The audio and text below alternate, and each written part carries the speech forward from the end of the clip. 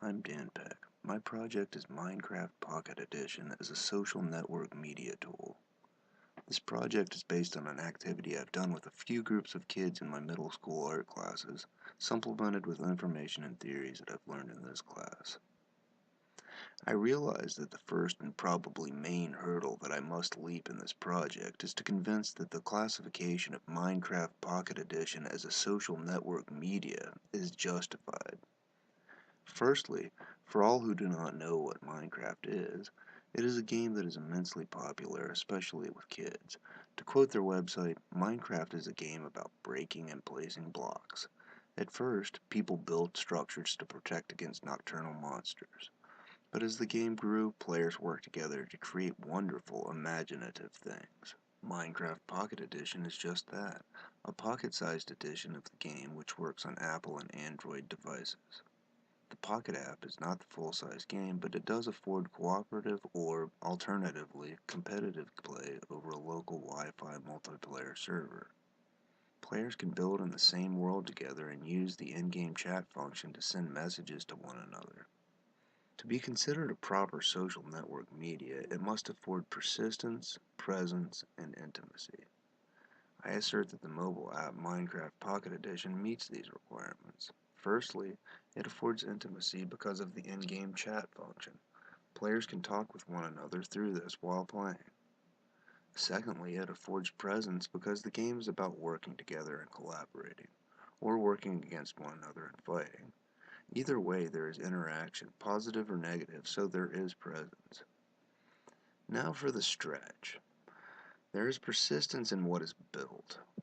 There is no way to save the chats for extended periods of time, but the way in which players collaboratively or competitively change the world is persistent, albeit fluid, because they can save the world and continue building in it day after day.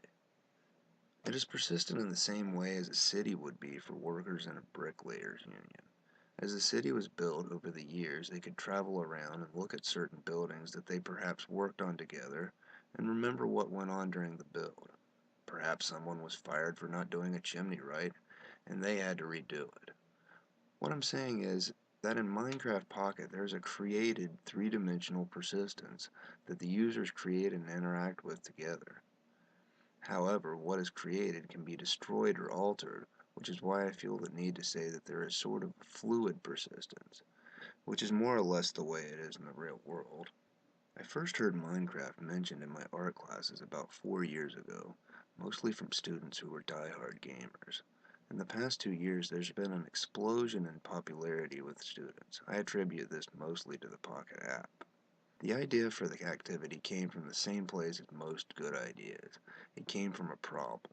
This year was the first year that my school relaxed their strict school-wide no electronic devices in the academic area policy and left it up to the individual teachers. That's not the problem, though. The problem was that I had a group of students who habitually finished their projects really early. Then they would get bored and they would often do things that resulted in wasted materials, large messes, or them roughhousing.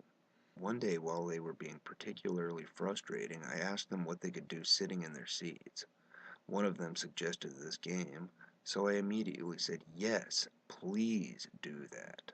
Watching the kids play, I'd never seen them so engaged, but they quickly started arguing, because several of them like to grieve one another, which means to destroy another player's creations or just make it unnecessarily difficult to play. To combat this, I challenged them to work together to build something. Their challenge was simple, to build a replica of the school, not just any school, but our school. I thought it could be a one-day project, but it became far more involved than I ever imagined possibly. It actually became an online collaborative art project.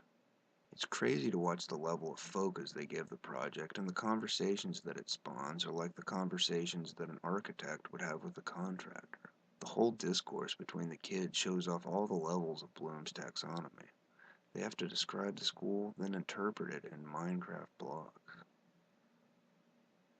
Assessment is done in two ways. One, I observe the students as they work. I listen to the conversations that they have. I know that they use the chat function, but honestly I'm not privy to what is said, so it is only through wishful thinking that I believe that they are chatting about anything to do with the project. I also assess the work virtually at the end of the project by touring their constructions with my phone. Something I probably should have mentioned before is that I'm a pretty big fan of the game myself. While I should be assessing their work, I'm more like a tourist stumbling around taking screenshots. In the opening, I admitted that it was a bit of a stretch to classify Minecraft Pocket Edition as a social network media. But I do believe that it is at least partially one and could represent a beginning of a new kind of online virtual 3D art gallery and a studio type of social media. As an artist, I am the most social while I am creating with others. A shared studio space is one of the most inspirational things for me, so this could be a new form of social media for like-minded creative individuals. I believe that this project and others like it that incorporate the games and technology that students already use are very important. Students don't realize the educational power that is in their hands most of the time. It is important for us to give them direction and goals.